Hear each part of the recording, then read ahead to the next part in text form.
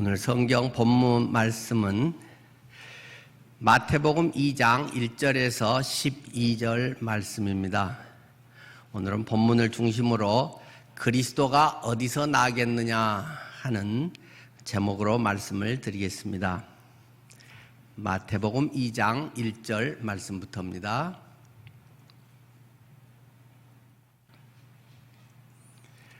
헤롯 왕 때에 예수께서 유대 베들레헴에서 나심에 동방으로부터 박사들이 예루살렘에 이르러 말하되 유대인의 왕으로 나신 이가 어디 계시냐? 우리가 동방에서 그의 별을 보고 그에게 경배하러 왔노라 하니 헤롯 왕과 온 예루살렘이 듣고 소동한지라. 왕이 모든 대제사장과 백성의 서기관들을 모아 그리스도가 어디서 나겠느냐 물으니 이르되 유대 베들레헴이 오니 이는 선지자로 이렇게 기록된 바 또 유대 땅 베들레헴아 너는 유대 고을 중에서 가장 작지 아니하도다. 내게 산 다스리는 자가 나와서 내 백성 이스라엘의 목자가 되리라 하였음이니이다.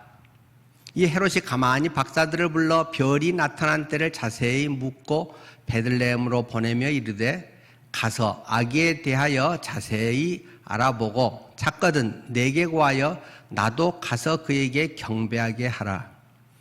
박사들이 왕의 말을 듣고 갈새 동방에서 보던 그 별이 문득 앞서 인도하여 가다가 아기 있는 곳 위에 머물러 서 있는지라.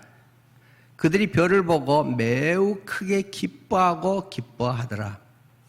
집에 들어가 아기와 그의 어머니 마리아가 함께 있는 것을 보고 엎드려 아기께 경배하고 보배 합을 열어 황금과 유향과 모략을 예물로 드리니라.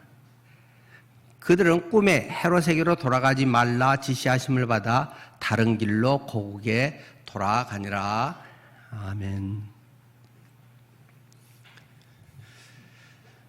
초대 대통령 이승만 대통령의 유명한 글이 자주 회자됩니다. 뭉치면 살고 흩어지면 죽는다. 그런데 요즘 우리 코로나 시대에 강조하는 표어죠. 뭉치면 죽고 흩어지면 산다라고 방역 당국에서 자주 강조를 합니다. 물론 일시적인 국면이 있기도 합니다만은 이것은 우리 패러다임, 우리 의식의 틀이 뒤바뀌는 그러한 상징적인 상황, 우리의 현실을 잘 대변해 주는 것이 아닌가 싶습니다. 옛날에 우리가 라떼 마시면서 하던 생각, 어떤 그런 기준들이 라떼는 말이야 하던 그런 것에서 지금은 굉장히 많은 의식의 변화와 사회적 시스템, 이런 체제, 많은 모습들이 너무나도 달라져 있어서 기본 진리의 중심은 같지만 그 중심을 중심으로 해서 돌고 있는 외부 변화는 엄청 달라지고 있는 상황입니다.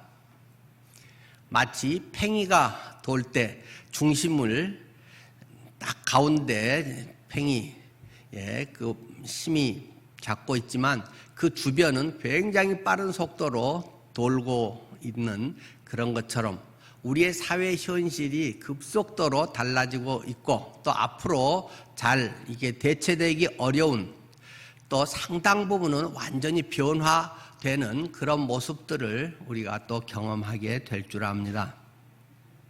거기에 참 우리가 발맞춰 간다는 것이 상당히 어려운 그러한 일들인 것은 사실입니다. 그러나 그런 때일수록 그리스도인에게는 훨씬 유익하다. 세상 사람들은 기준이 없고 중심을 잡을 수 있는 것이 없지만 우리 그리스도인들은 확실하게 예수 그리스도 그분 중심에 있기 때문에 우리는 훨씬 더 바르게 영적 다이어트를 할 수 있다. 세상 것에 많이 우리가 산만해지고 우리의 그런 것들에 우리가 정신 팔려 있던 것들을 또 제자리로 돌아오게 하는 좋은 기회가 될 수도 있는 줄 압니다. 아무튼 굉장히 어려운 시기에 고통당하는 분들이 많이 있고 그분들의 모든 삶이 또 건강이든 경제적으로든 사회적 여러 상황에서든 회복되기를 간절히 바랍니다. 오늘의 본문에서 우리는 두 가지 대조적인 모습을 먼저 볼 수 있습니다. 오늘 본문에서 첫 번째 대조적인 모습은 이방인의 박사들과 유대인 전공자들, 주님의 선택받은 유대인들의 그러한 모습이 아주 대조적으로 제시가 되어 있습니다. 먼저 이방인의 그 동방에서부터 온 박사들, 그들은 낌새를 알아차리고 그 멀리에서부터 유대 땅까지 왔다는 것입니다. 그것도 예물을 준비해서 말이죠. 한번 여행 삼아서 한번 호기심에 가볼까? 내 인생에 뭐 또 그런 것도 좋은 경험이겠지? 이런 것이 아니고 자기의 최고의 예물을, 최선의 것을, 아주 보물을, 귀한 것을 준비해 가지고 출발 때부터 왔다는 것입니다. 그런데 단지 별의 인도함을 보고 말입니다. 그들이 하나님에 대해서도 구체적으로는 아직 알지 못한 그런 사람들인데 막연한 그런 그들이 바라고 믿고 있는 것들, 마치 우리 세상에서의 일반 계시를 좇는, 일반 계시 가운데서도 하나님을 발견할 수 있는 그런 사람처럼 말입니다. 로마서 1장에 이야기가 있죠. 그러나 그 대조적으로 제시되고 있는 이들은 유대인 전공자들이라는 것입니다. 유대인의 아주 베테랑 성경 전문가들, 그들의 모습, 또 선택받은 선민, 유대인들의 모습이 아주 선명하게 대조되어 있습니다. 이 베들레헴이라고 하는 곳에 예수님이 탄생하셨습니다. 베들레헴은 예루살렘에서 아주 가까운 곳입니다. 예루살렘과 붙어 있는 데죠. 마치 우리 서울, 우리 교회에서 바로 부천이 붙어 있듯이 바로 예루살렘 조금 밑에 붙어 있는 그러한 지역이 예루살렘과 베들레헴이라고 하는 지리적인 상황에 있습니다. 저도 예루살렘에 거기서 키부츠에서 살 때 버스 타고 잠깐 베들레헴에 가서 쭉 둘러보고 그날 돌아온 그런 또 감회에 젖은 시간들이 기억이 나기도 합니다. 그 아주 가까운 그곳에서 메시아가 탄생할 것을 성경은 이미 예언을 했습니다. 오늘 성경 본문의 2장 6절 말씀, 또 유대 땅 베들레헴아 너는 유대 고을 중에서 가장 작지 아니하도다. 내게서 한 다스리는 자가 나와서 내 백성 이스라엘의 목자가 되리라. 이렇게 이야기를 하고 있는 것을 그들이 얼른 찾았다는 것입니다. 이것은 미가서 5장 2절 구약의 성경을 그대로 인용한 내용이죠. 유대 땅 베들레헴이라고 하는 것은 유대 땅에서 별 볼 일 없는 소도시였습니다. 지금도 베들레헴은 물론 지금 팔레스타인 지역이 돼서 쉽게 성지순례 가기 어려운 지역이 됐습니다마는 그것은 지금도 상당히 소도시, 이런 관광객들, 예수 탄생교회가 있어서 그런 것은 오지만 지금도 굉장히 그 농사 짓는 데들 많고 가내공업 작게 하는 이런 데들 있는 정도들이고 별로 번잡하지 않은 그러한 지역입니다. 그래서 베들레헴이 외적으로 사람들에게 인식되고 땅의 면적이라든가 여러 가지 위치나 많은 부분에서는 땅값이 많이 오르거나 거기에 투자의 대상이 되고 그런 지역은 아니라는 것입니다. 사람들 보기에 부러워할 만한, 와, 저기 살아? 할 그런 대상이 아닌 베들레헴아 너는 유대 고을 중에서 가장 작지 아니하도다. 작은 데인데 작지 않다라고 왜 이야기를 하는 것입니까? 내게서 한 다스리는 자가 나와서 내 백성 이스라엘의 목자가 되리라. 이스라엘의 목자, 결국 예수 그리스도, 우리 인류의 목자가 되시는 그분이 바로 이곳에서 탄생하기 때문에 외적으로는 사람들이 볼 때는 별 볼 일 없는 사람 같은데 실제로 하나님의 생명, 하나님의 놀라운 역사의 발원점, 그러한 부분에서는 결코 너는 작지 않다, 예루살렘에 밀릴 일이 아니다 하는 것을 우리에게 강조를 하고 있습니다. 이 앞에서 이방인 박사들, 그들은 멀리서 별빛 하나, 한 가닥 별빛, 평소 보지 않았던 뭔가가 다른 그들의 눈길을 확 끌어잡는 그 별빛 하나를 보고 낌새 정도로 알고 왔는데, 이 이스라엘의 전문 베테랑들, 대제사장, 서기관, 그들은 이미 구약의 미가서 성경을 가지고 연구하고 공부 많이 하고 그렇게 해서 잘 알고 있으면서도 정작 그들은 전혀 준비가 되어 있지 않다는 것입니다. 뭐 보석을 준비해 가지고 갖다 바치려고 하는 그런 것은 아예 기대할 수도 없고, 정확한 예언서를 가지고 있지만 머릿속에만 담아서 그것을 그냥 지식으로만, 종교적 반복적 타성에 의한 습관으로만 예수 믿는다는 그런 사람들의 모습처럼 그들은 아무런 삶의 준비도 되어 있지 않고 진정 그것을 믿고 그것에 올인하지 않는 그런 사람들이라고 하는 것을 성경은 보여주고 있습니다. 물론 그들이 이것을 가지고 있었다는 것은 굉장한 특권이죠. 이방인은 그것 굉장히 부러움의 대상인데, 유대인들이 하나님의 말씀을 가졌다는 것, 그건 아주 대단한 특권이다. 그것을 사도 바울은 이 복음에 대해서 설명을 하면서 로마서 9장에서 그것을 아주 강조하고 있지 않습니까? 이방인들이 이렇게 하나님의 구원의 은혜를 받았다. 그러면 유대인은 뭐냐? 유대인 아무것도 아니네? 아니다.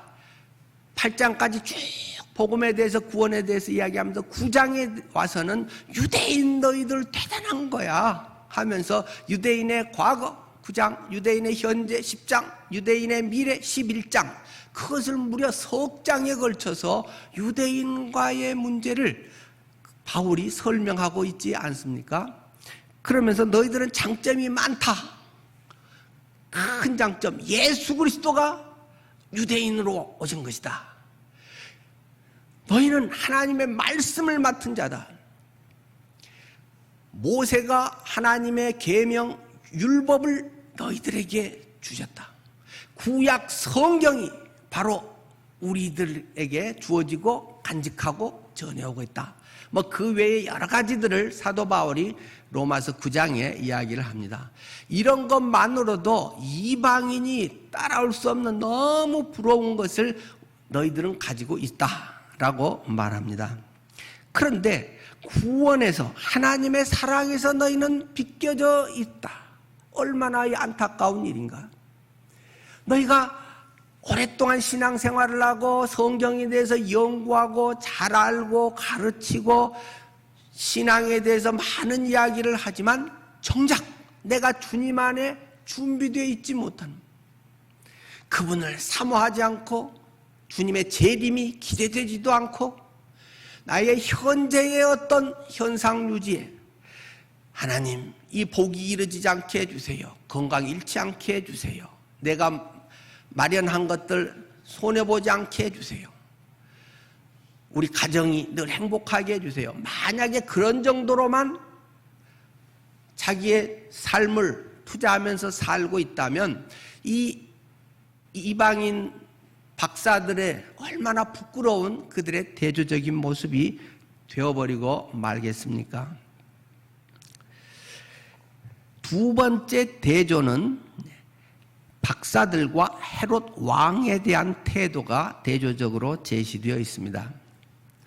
박사들은 그들에게 질문을 하고 다시 그 별이 탁 나타났을 때 10절이죠. 그들이 별을 보고 매우 크게 기뻐하고 기뻐하더라. 매우 크게 기뻐하고 기뻐하였다 라고 설명하면서 집에 들어가서 아기와 그의 어머니 마리아가 함께 있는 것을 보고 엎드려서 아기께 경배하고 보배 합을 열어서 황금과 유향과 모략을 예물로 드렸다라고 이야기합니다.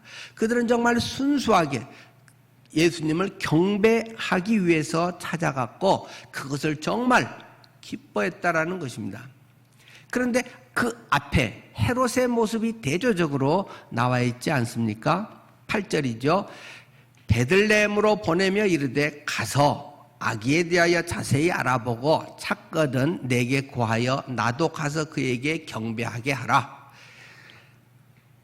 굉장히 고상한 얘기를 하고 뭔가 격식 있는 것처럼 자기도 뭐 이게 의전의 하나 예식에 뭔가에 흐트러짐 없는 것을 하는 것 같이 보이지만 자기도 그 경배하려고 한다는 것은 거짓 위선이라고 하는 것입니다. 죽이고자 하는 그런 음모를, 그러한 경쟁심, 그런 속셈 꿍꿍이를 가지고 있으면서 말은 그렇게 한다는 것입니다. 주님 사랑해요, 주님이 전부해요, 주님이 나의 주인이에요 하면서 혹시 우리들의 삶이 정말로 순수하게 정말로 나의 전부로서 그렇게 하고 있는가 하는 것을 또 이런 성탄의 은혜 가운데 돌아보게도 되지 않습니까? 우리들의 이런 삶이 자칫하면 이것이 어떤 부류의 문제가 아니라 내 속에 갖고 있는 양면성일 가능성도 많이 있는 것이죠.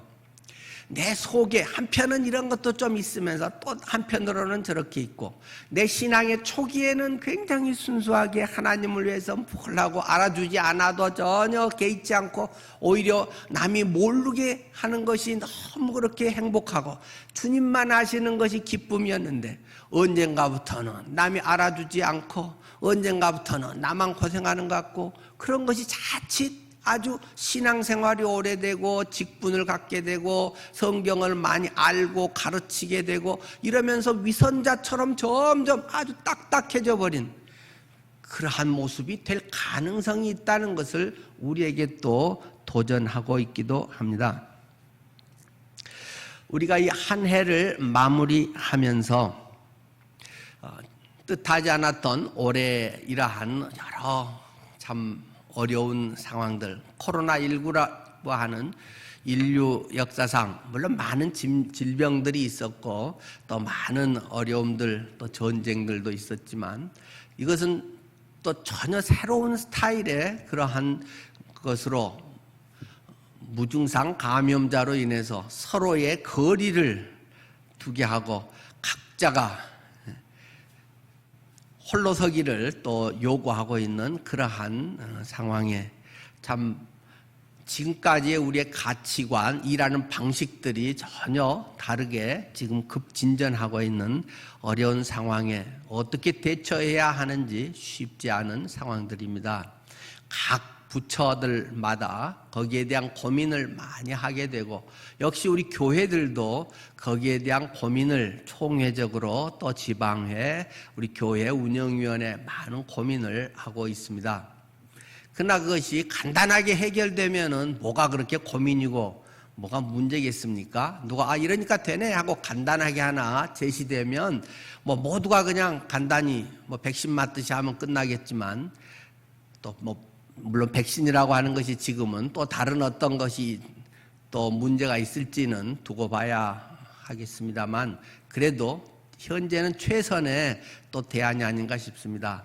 그러나 백신이 나온다고 하더라도 각자의 우리의 이미 상당히 그 괴리화하고 있는 상당히 사람과 사람 사이가 멀어지고 각자 혼자 자기중심적인 삶이 가속화되는 이런 사회에 그런 의식과 앞으로 사회 시스템과 많은 것들을 또 우리는 대처해 나가야 할 것입니다.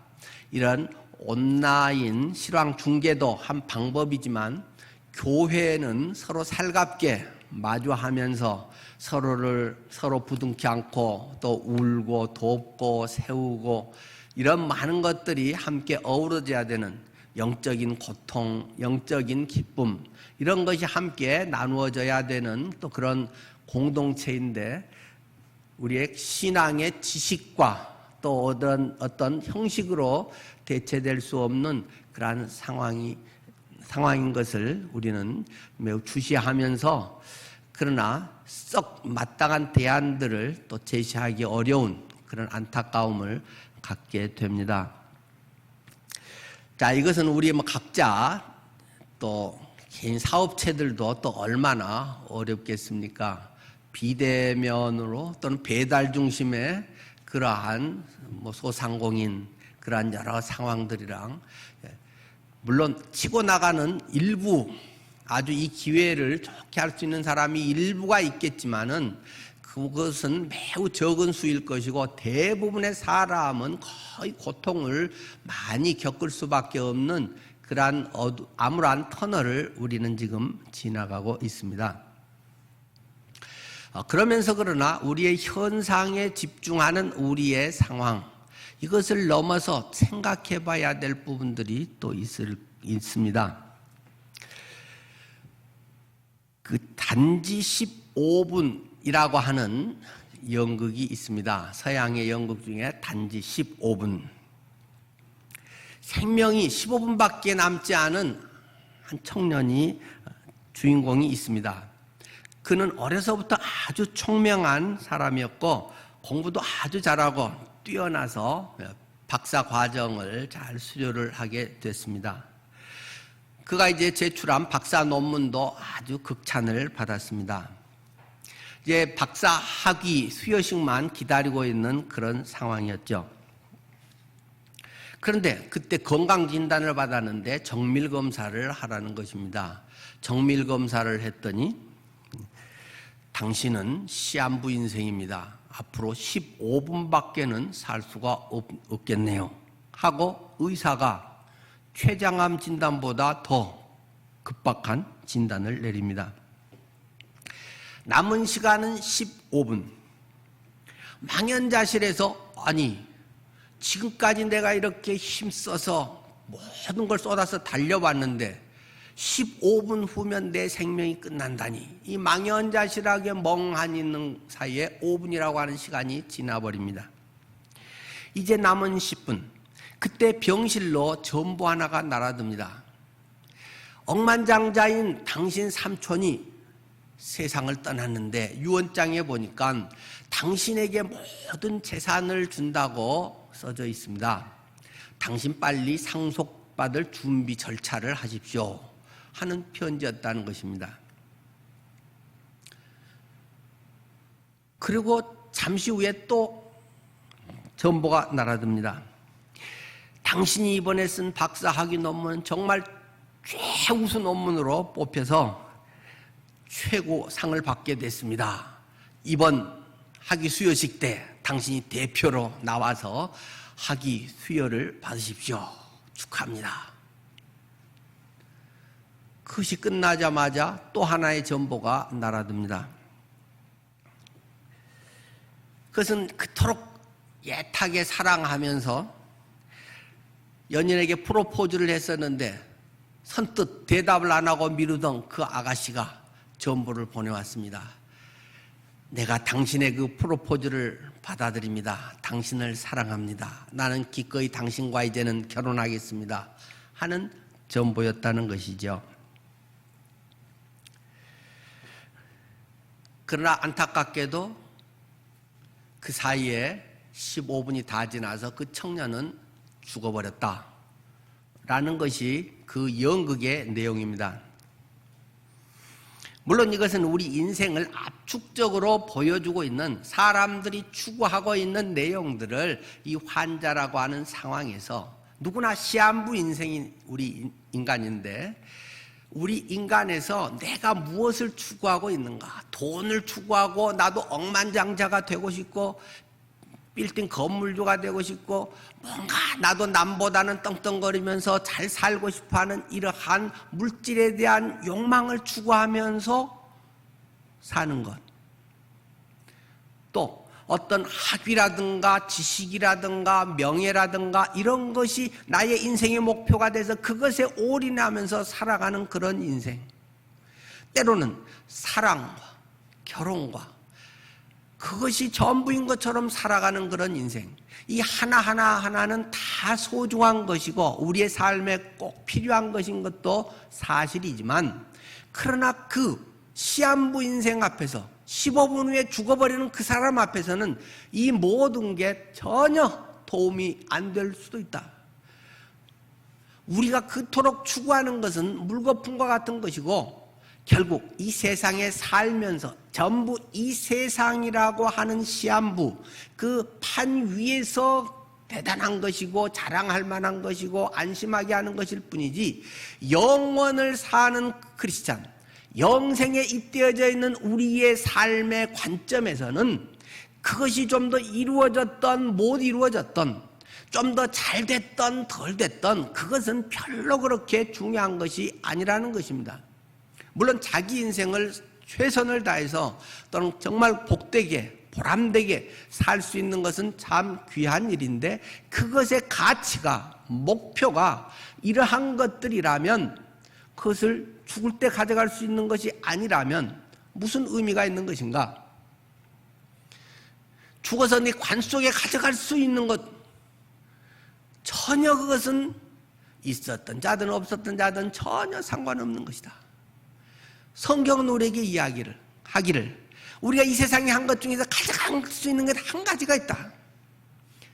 네가 구원한 영혼들이다.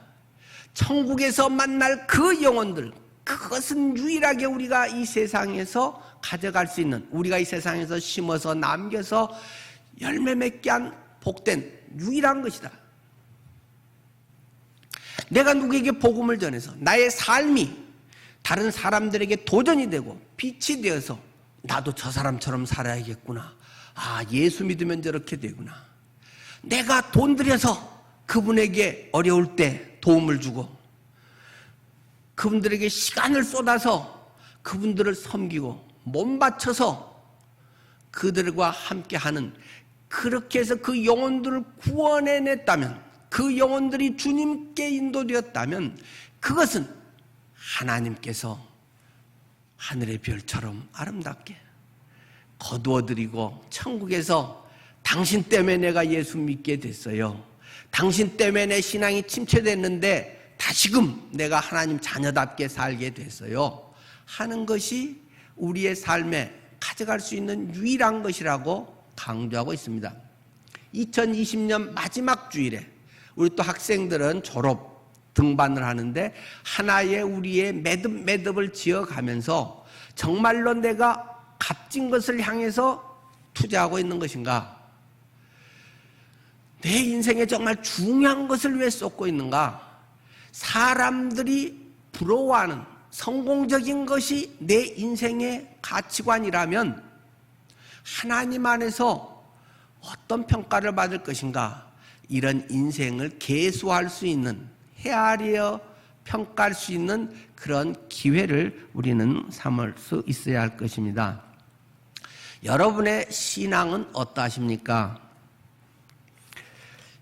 여러분의 삶의 우선순위는 무엇입니까? 자식의 행복입니까? 나도 남들 이상으로 괜찮게 갖추고 살고 싶은 것입니까? 내가 뭘 위해서 삶의 우선순위를 두고 살아왔는가? 목표 정도가 아니라 실제 2020년 뭘 실제로 했는가? 뭐에 투자했는가? 뭘 우선으로 먼저 이거는 하고 나머지 것을 한다고 시간 없을 때 먼저 챙길 수 있는 것이 무엇이었는가? 라는 것을 점검해 보아야 할 것입니다. 루시 세네카라고 하는 사람은 이런 표현을 합니다.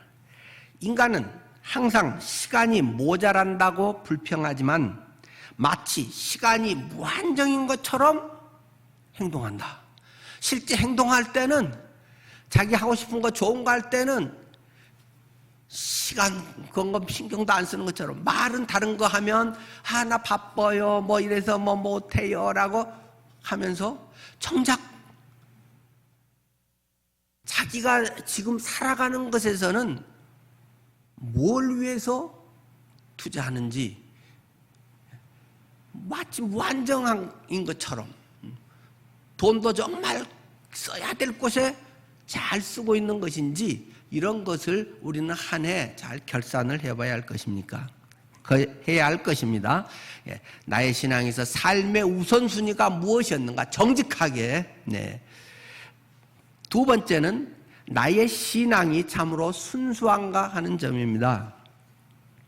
내가 다른 목적이 있는 것이 아니고 진실한가. 아까 헤롯은 가면 꼭 어디서 태어났는지 그 주소 나한테 카톡으로 빨리 찍어서 보내줘요. 나도 가서 경배하게. 뭐 이렇게 번들이한 말은 하지만 순수하지 않다는 것입니다. 왕은 나밖에 없는데 또 다른 왕이 있어? 어떤 놈이야? 정적을 제거해야지. 어려서부터 싹을 잘라버려야지. 결국 그 모습이 베들레헴에 나중에 2살 이하 아이들을 싹 죽여버리는 것으로 실제 행동하지 않습니까? 우리가 예수님을 믿고 섬기고 나의 신앙생활의 핵심이 순수한가? 하나님을 영화롭게 하고자 하는 것인가? 나의 자랑이 되고자 하는 것인가? 내가 주님께 헌금하고 내가 주님 앞에 기도하고 내가 말씀을 연구하고 하는 것이 자기 만족, 자기 실현, 내가 이런 정도가 뭐가 된다. 나도 뭐 이런 걸 했어. 하는 그런 거라면 세상의 욕망 덩어리들의 추구하는 것과 거룩한 껍데기만 썼지만 하나님의 교회 안에서 직분은 갖고 있고 뭘 거룩한 이름으로 드렸다고 해도 하나님 앞에서는 아무런 유익이 없는 하나님을 영화롭게 하는 것이 아닌 자기 만족, 자아실현을 위한 것은 악한 것이다. 세상은 칭찬해 주는 것이지만 하나님이 보실 때는 내 것으로 지가 주인인 것처럼 살아가고 있다. 주인이 영광을 받아야 되는데 내 돈 갖고 지 돈 준 것처럼 생색내고 있다. 하나님 앞에서는 오히려 책망을 받을 수 있다는 사실을 기억해야 됩니다. 나의 신앙은 정말로 순수한가? 주님을 영화롭게 하고 다른 사람들을 세우고 그것으로 나의 기쁨이 내면에 내 안에 성령으로 인해서 내밀한 기쁨을 경험하게 되는가? 세 번째로는 행동하는가? 나는 그렇게 실천하고 있는가 하는 점입니다. 11절 말씀이었죠. 집에 들어가서 동방박사들이 아기와 그의 어머니 마리아와 함께 있는 것을 보고 엎드려서 아기께 경배하고 보배 합을 열어서 황금과 유향과 몰약을 예물로 드렸다. 아이고 나 여기까지 오느라고 고생했어요 하고 뭐 생색내지도 않고 아이고 이제 봤네 뭐 목적 성취했네 메시아가 태어나긴 났구만 그러고 돌아간 게 아니라는 것입니다. 황금을 준비하고 유향을 준비하고 몰약을 준비해서 굉장히 귀한 것들을 준비한 것입니다. 물론 이제 영적인 거나 예수님의 생애 전체를 보면 그것이 예수님의 생애에 대한 것을 암시하고 준비한 것들이 뭐 되겠죠. 나중에 예수님을 염하는 것까지. 그러나 그거 자세한 것은 뭐 오늘 이야기할 건 아닐 것 같고요. 황금과 유향과 몰약 이 소중한 것들 다 돈 드는 것들이란 말입니다. 돈 들이고 그 멀리서부터 비행기 타고 오는 것도 아니고 시간 들이고 몸 바쳐서 고생해서 그들은 예수님을 경배하는데 실천했다라고 하는 것입니다. 우리의 신앙, 믿음이라고 하는 것은 실천하는 것이다. 개념의 그리스도인가? 살아계신 예수 그리스도인가? 나는 무엇을 추구하고 있는가? 자칫 우리가 개념의 그리스도로 머물 가능성이 있다는 것입니다. 이 제사장들과 서기관들, 역시 뭐 바리새인들, 그들은 타성에 젖은 종교 생활을 한다는 것입니다. 그런 직분자로 살아간다는 것입니다. 사랑이 꿈틀거리지 않는다는 것입니다. 자꾸 가르치려고만 하고 자꾸 다른 사람 앞에 무슨 호칭을 받으려고만 하고 그 호칭에 자기가 마치 영적 상태가 된 것처럼 그렇게 자꾸 생각하려고 하는 못된 마음이 우리 속에서는 자꾸 솟구치려고 합니다. 그들은 번쩍이는 날카로운 눈빛이 있습니다. 뛰어난 분석력을 가지고 있습니다. 그러나 그것은 오히려 없는 게 더 유익할 가능성이 많은, 사람들을 쉽게 판단하고 예수님께서 말씀하시듯이 바리새인들, 그들은 지는 천국에 들어가지도 않으면서 천국 문 앞에 가로막아서 다른 사람도 못 가게 하고 있다. 그런 자칫하면 더 엄청난 잘못을 하게 될 가능성도 있다는 것입니다. 예수님의 탄생에 대해서 적어도 이 대제사장 그리고 서기관들은 책망의 대상이었지 결코 칭찬의 대상이 아니었다라는 사실입니다. 개념의 그리스도, 개념은 굉장히 중요하고 알아야 되죠. 그렇지 않으면 이단으로 빠지기 쉬운 거 아니겠어요? 성경을 잘 알아서 그것 따가면 미가서 5장 2절 탁 나오고 그게 뭐고 원어가 뭐고 그것이 뭐 구문이 어떻고 뭐 어떻게 돼서 뭐 연결이 되고, 그건 굉장히 유익한 것입니다. 그러나 그 예수 그리스도를 내 인생 속에 맞이해서 그와 동행하지 않으면, 차라리 몰랐으면, 알면 할 수 있는데 몰랐으니까 아이고 제가 못했습니다 하면 말이 되고 이해라도 되는데, 알면서 말쟁이로만 살아버린다면, 그거에서 돈 쓰지 않는다면, 네 시간을 거기서 바치지 않는다면 그런 엉터리가 어딨냐 라는 것을 우리에게 이 오늘 본문은 지금 강하게 설교하고 있는 것입니다. 그러나 살아계신 예수 그리스도, 도마가 예수 그리스도를 만나고 처음에는 뭐 의심이 많네 어쩌네 라고 할지 모르지만, 예수님을 영접하면서 주는, 당신은 나의 주님이십니다, 나의 하나님이십니다, 그의 이 진정한 짧지만 정말 핵심에 짧지만 그의 전 생애를 내던지는 그러한 도마의 삶, 인도에까지 가서 기꺼이 복음을 전하다가 기꺼이 순교를, 비참하게 순교를 당했는데, 그러한 삶을, 인생을 내던져서 살았다는 것입니다. 그리스도와 동행하여서 살지 않는 믿음은 죽은 믿음입니다.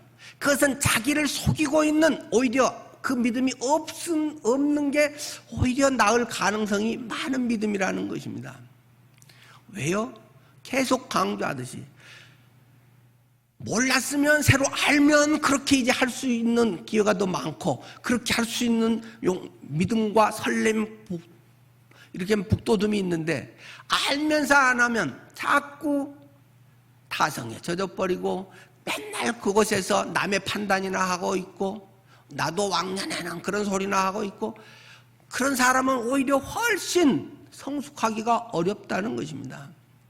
우리는 날마다 껍질을 벗어야 됩니다. 날마다 마치 어린아이처럼 주님 나왔어요. 사람들 앞에서는 성숙하고 의연하지만 주님 앞에서는 아주 애기처럼, 주님 10분도 주님이 나와 함께 하지 않으면 아무것도 아니에요. 10분이면 엄청난 사건이 일어나고 죽어버릴 수도 있어요. 그러한 마음처럼 주님을 의지하고 철저히 주님 앞에 살아가는 그런 자세를 가져야 한다는 것입니다. 오늘 설교 제목을 그리스도가 어디서 나실까? 아까 4절이었잖아요. 왕이 모든 대제사장과 백성의 서기관들을 모아 그리스도가 어디서 나겠느냐? 그리스도가 어디서 날까요?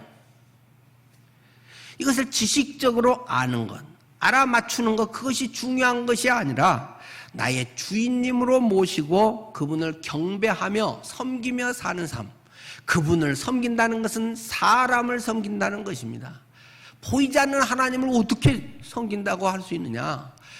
하나님이 창조하신 하나님의 형상을 가진 사람을 섬기는 것이 하나님을 섬기는 것이다. 인본주의가 아니라 하나님의 내 안에 계시기 때문에 저 속에 있는 하나님의 형상을 내가 섬기는 것이고, 그것이 가장 구체적으로 발현되고 경험되고 연습되고 그것이 자라가게 하는 데가 교회라고 하는 공동체이고, 더 나아가서는 하나님이 창조하신 모든 사람들, 자연에까지 그러한 모든 것을 사람 사랑과 자연 사랑 이런 것으로 확산돼 나가는 것이 예수님 믿는 것이고, 그리스도가 어디서 나실까?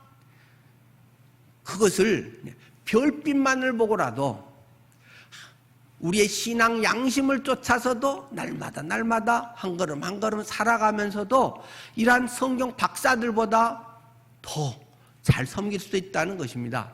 이 두 개가 잘 병행되면 훨씬 좋겠죠. 네, 올해 마지막 우리 2020년 마지막 예배, 여러분의 삶에 이러한 것들을 하나하나 자신 속에 주님 앞에서 한번 점검해 보면서, 뭘 위해 살았지? 우선순위가 뭐지? 내가 정말 순수하게 주님을 섬겼나? 내가 그것을 그렇게 살았나? 하는 것을 확인해 보면서 그리스도의 나심이 내 속에 인생의 새로운 아름다운 그런 출발이자 매듭이 되기를 축원합니다. 기도하겠습니다. 그리스도가 어디서 나실까요? 답이 중요한 것이 아닙니다. 그 답을 찾고 살아가는 것이 못지않게 중요하다는 것입니다. 2020년 어렵기 때문에 오히려 훨씬 더 주님의 자녀답게 살 수 있는 게 훨씬 쉬운 것 같습니다. 어두울 때는 작은 촛불 하나의 그 효력이 많은 사람에게 더 영향력을 주고 더 밝게 유익을 끼치지 않습니까? 그러나 밝을 때는 촛불 여러 개 있어도 별로 표가 안 나는데, 요즘같이 어려울수록 하나님이 함께 하신다는 게 얼마나 든든하고 얼마나 내가 또 섬길 수 있는 구체적인 그런 삶의 현장이 되는지, 오히려 크리스찬에게는 감사의 계기가 되는 것 같네요. 여러분들의 삶이 주님의 큰 은혜 가운데 풍성히 그런 것을 누릴 수 있기를, 실행할 수 있기를 축원합니다. 하나님, 그렇게 살고 싶습니다. 또 그렇게 하고 있습니다. 하나님, 그러나 더 풍성하게, 더 기쁘게, 더 깊이 자라고 싶습니다. 하나님, 앞으로의 저희의 걸음걸음을 인도해 주십시오. 예수님 이름으로 기도드립니다. 아멘.